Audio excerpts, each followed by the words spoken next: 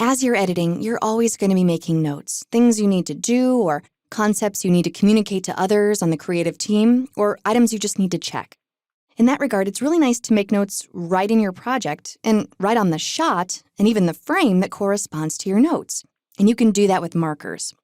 You can put a marker anywhere within your sequence or attached to your source clips. Let's start with timeline markers. To add a marker, you simply move your cursor to where you want to put a note. And the first marker that I want to add is right here. This is the first time that we see Esther on screen, and I'd like to remind myself that I need to make her a lower third title to identify her. I'm not going to make the title now, but I just need to leave myself a Post-it note. So to add a marker at this location in the timeline, I just want to put my playhead here and make sure I don't select any clips. That will do something different that we'll discuss in a bit. But just make sure that I have my playhead here, and then I can come over to this button here, Add Marker, or better yet, keyboard shortcut M.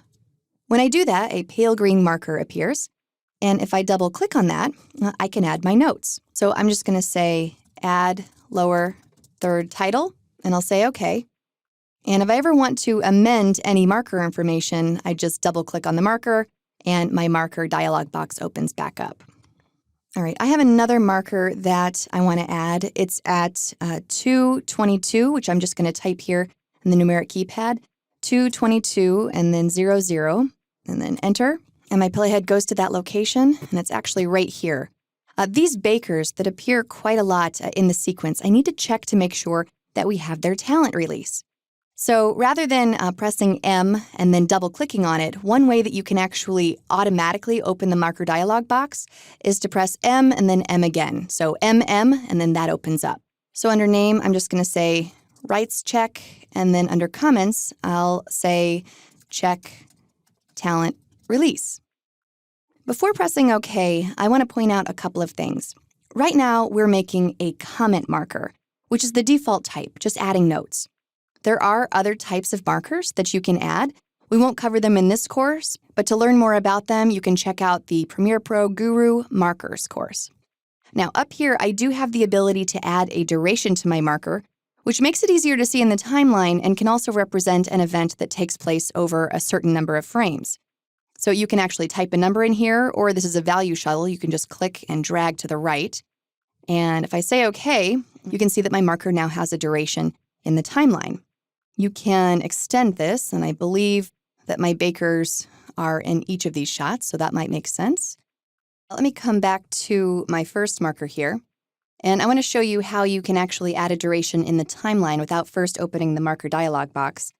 You just click and then Option Drag or Alt Drag on a PC, and you can add your duration that way. You can also color code your markers. So if I double-click on my marker, I can change my marker color here. Let's say that all title markers are this teal color, so I'll select that and OK. Now, if I right-click on a marker, you can see that there are a number of marker-specific commands here. These are also present up here in the Markers menu right here. And you notice that there are some with keyboard shortcuts. Go to Next Marker and go to Previous Marker, Shift-M and Shift-Command-M. Okay, so if I want to navigate through my timeline, I can press Shift-M, and I'm going from marker to marker, or Command-Shift-M, I'm going backwards through my timeline. Perhaps an even easier way to navigate markers is to show the Markers window. Within the project panel, it's usually here under the double arrows and Markers. If it's not there, just come up to Window and make sure you have a check mark next to Markers. Now, right now, there are no markers shown because I don't have my timeline selected. But if I select my timeline, you can see that here are the markers I've added, and my playhead jumps to the marker location when I click on any one of these. I can also add notes right from within here. Finally, I just want to talk about clearing markers. You can just select it right here in the Markers dialog box and then press Delete, and it goes away. Let me undo that. You can also select it in the timeline, right-click and choose Clear Selected Marker, or if you want them all to go away, Clear All Markers. I won't clear those markers for now, though.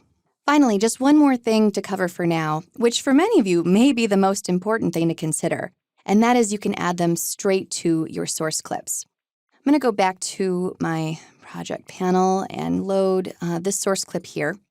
And this clip is only about 1.5 minutes long, but imagine it's 30 minutes or an hour. You can come in and place markers at all of your interview subjects' answers. You can also color code your interview subjects' responses so that the best sound bites are a different color.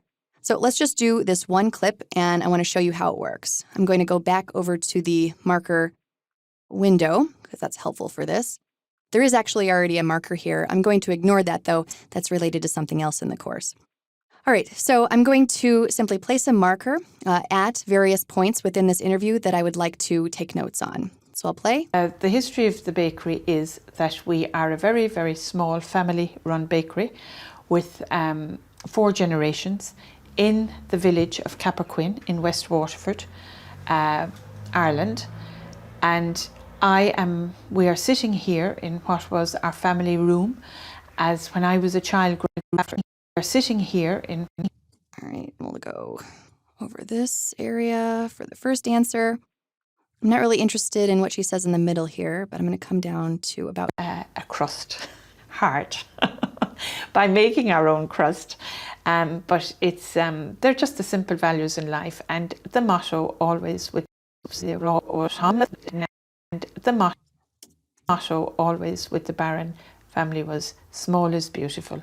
And when you're making something in a small way, it is always better quality than when something gets bigger and bigger and bigger and you lose quality for volume.